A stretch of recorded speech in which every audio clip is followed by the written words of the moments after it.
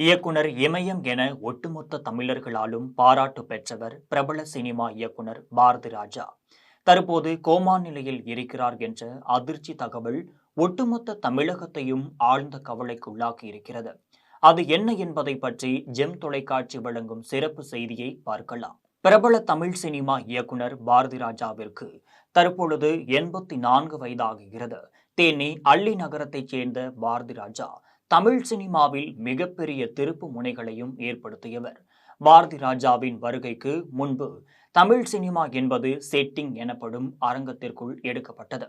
இவரது வருகைதான் திரைப்படங்களை வெளிப்புற படம் பிடிப்புகளுக்கு அழைத்து சென்றது.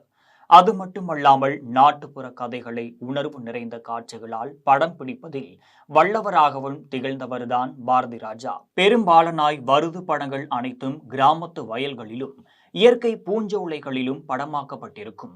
அதேபோல் தனது சினிமாவில் பாடல்களும் கருத்துக்களும் முக்கியத்துவம் தருபவராக பாரதி ராஜா திகழ்ந்திருக்கிறார். இசையமைப்பாளர் இளையராஜாவுடன் இணைந்து மறக்க முடியாத ஏராளமான இனிய பாடல்களையும் தந்திருக்கிறார். தேனி அள்ளி நகரத்தைச் சேர்ந்த பெரிய மாயதேவர் கருத்தம்மாள் ஆகிய தம்பதியின் மகனாக பிறந்த பாரதி ராஜாவின் மனைவி சந்திரலீலா, மகன் மனோஜ், மகள் ஜனனி. கன்னட திரைப்பட தயாரிப்பாளர் புட்டண்ணாவின் உதவியாளராக சினிமா வாழ்க்கையை தொடங்கிய பாரதி ராஜா தனது முதல் படமாக 16 வயதினிலே என்ற திரைப்படத்தை கதை எழுதி இயக்கியிருக்கிறார். கிராமத்து திரைப்படம் என்ற புதிய வகையில் வெளிவந்த 16 வயதினிலை திரைப்படம் தமிழ் சினிமாவில் ஒரு மைல்கல்லாக பார்க்கப்படுகிறது. இந்த திரைப்படத்தில் ரஜினி பேசும் "பத்த வச்சிட்டியே பரட்ட" என்ற வசனம் காலத்திலேயே அழியாததாக இருந்திருக்கிறது. உலக நாயகன் கமலஹாசன், நடிகை ஸ்ரீதேவி ஆகியோரும் இந்த படத்தில் நடித்திருக்கிறார்கள். இந்த படத்தில் இடம்பெற்ற அனைத்து பாடல்களும் மிகப்பெரிய வெற்றியையும் சந்தித்திருக்கின்றனர். இதற்கு அடுத்தபடியாக கிழக்கே போகும் ரயில் என்ற வெற்றி படத்தையும் இயக்கியிருக்கிறார். இந்த படம்தான் ராதிகாவை தமிழ் சினிமாவிற்கு அறிமுகப்படுத்தி இருக்கிறது. இந்த படத்தில் பாடல்கள் அனைத்தும் மிகப்பெரிய வெற்றியையும் பெற்று தந்திருக்கிறது. கிராமத்து சினிமா மட்டுமல்லாமல் சிகப்பு ரோஜா என்ற பட்டணத்து கதையையும் படமாக்கி வெற்றிகரமான இயக்குனராகவும் பாராட்டுகள் பெற்றவர்தான் பாரதி ராஜா. இதனைத் தொடர்ந்து டிக் டிக் என்ற ஒரு அதிரடி படத்தையும் இயக்கி வெளியிட்டிருக்கிறார். தொடர்ந்து அலைகள் ஓய்வதில்லை, மண் வாசனை, முதல் மரியாதை என கிராமத்து பின்னணி கொண்ட பாரதி ராஜாவின் படங்கள் ஒட்டுமொத்த தமிழர்களின் இதயத்திலும் நீங்காத இடத்தையும் பிடித்திருக்கிறது.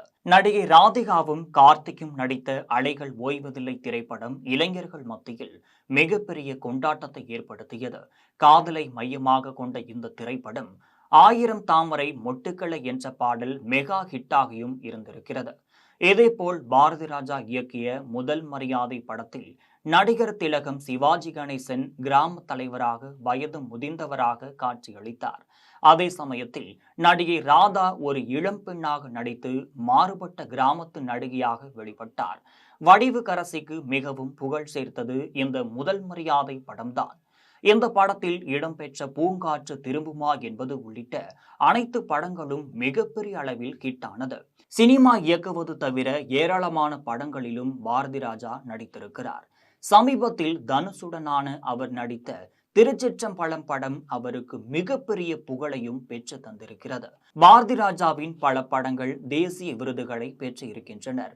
பத்மஸ்ரீ உட்பட ஏராளமான மிகப்பெரிய விருதுகளையும் பெற்றவர்தான் பாரதி ராஜா. இவரது மகன் மனோஜ் இருதய கோளாறு ஏற்பட்டு சமீபத்தில் தான் மரணமடைந்தார். மனோஜ் தாஜ்மஹால், வருஷமெல்லாம் வசந்தம் உட்பட பல படங்களில் நடித்திருக்கிறார். மகன் மனோஜ் மீது தீராத பாசம் கொண்டவர்தான் பாரதி ராஜா. மகன் மனோஜ் மரணத்தின் போது, "மகனே, எனக்கு கொள்ளி வைக்க வேண்டிய நீ உனக்கு கொள்ளி வைக்க வைத்து விட்டியே" என கண்ணீர் விட்டு கதறியது தமிழ் ரசிகர்கள் அனைவரையும் மனம் கலங்க செய்திருந்தது. முன்னதாகவே இயக்குனர் பாரதி ராஜா நுரையீரல் தொற்று ஏற்பட்டு சென்னை அமைந்தகரையில் உள்ள ஒரு மருத்துவமனையில் தீவிர சிகிச்சை பிரிவில் அனுமதிக்கப்பட்டிருந்தார். இதன் பின்னர் மருத்துவர்களின் மிகப்பெரிய முயற்சியால் அவர் மீண்டு வந்தார். இந்த நிலையில் மகன் மனோஜ் மரணத்திற்கு பிறகு பாரதி ராஜா மனநிலையில் மிகவும் தளர்வடைந்து இருக்கிறார். பெரும்பாலும் யாரிடமும் அவர் பேசுவது இல்லை என்ற நிலைக்கு தள்ளப்பட்டிருக்கிறார். மனோஜ் மறைவு அவரை நிலைக்குழிய வைத்துவிட்டதாக பாரதி ராஜாவை சந்தித்த பலரும் வெளியே தகவலை தெரிவித்து வருகின்றார்கள். பாரதி ராஜாவின் நிலை குறித்து அவரது சகோதரர் ஜெயராஜ் சில தகவலையும் வெளியிட்டிருக்கிறார். அது தமிழ் ரசிகர்கள் மத்தியில் மிகப்பெரிய அதிர்ச்சியையும் ஆழ்த்தியிருக்கிறது. அதாவது பாரதி ராஜா தனது மகன் நினைவில் எப்போதுமே கண்ணீர் வடித்தும் வருகிறார். கடந்த 3 வருடங்களாகவே அவரது உடல்நிலை சரியில்லாமல் இருக்கிறார். மனவேதனையால் அவர் சோர்வடைந்தும் இருக்கிறார்.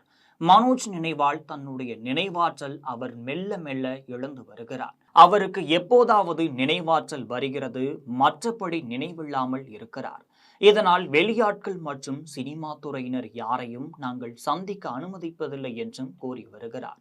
இதேபோல் பாரதி ராஜாவை சந்தித்து வந்த பலரும் அவர் முன்பு போல் இல்லை, மிகவும் உடல் மெலிந்து விட்டார், அவரது உடல்நிலை மிகவும் மோசமாக இருக்கிறது, அவரால் சரியாக பதில் பேச முடியவில்லை என்று விமர்சனங்களையும் முன்வைத்து வருகின்றனர்.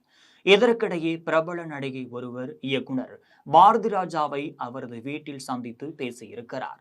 அவர் தனது கருத்தை தெரிவிக்கும் பொழுது, பாரதி ராஜா மிக நல்ல மனநிலையில்தான் இருக்கிறார், என்னிடம் நன்றாக பேசினார், அவர் இயக்கிய பழைய படங்கள் குறித்து எல்லாம் என்னிடம் நீண்ட நேரமும் பேசியிருக்கிறார் என்று தகவலும் தெரிவிச்சிருக்காங்க. தற்பொழுது இயக்குனர் பாரதி ராஜா நீலாங்கரையில் தனது சொந்த வீட்டில் வசித்து வருகிறார்.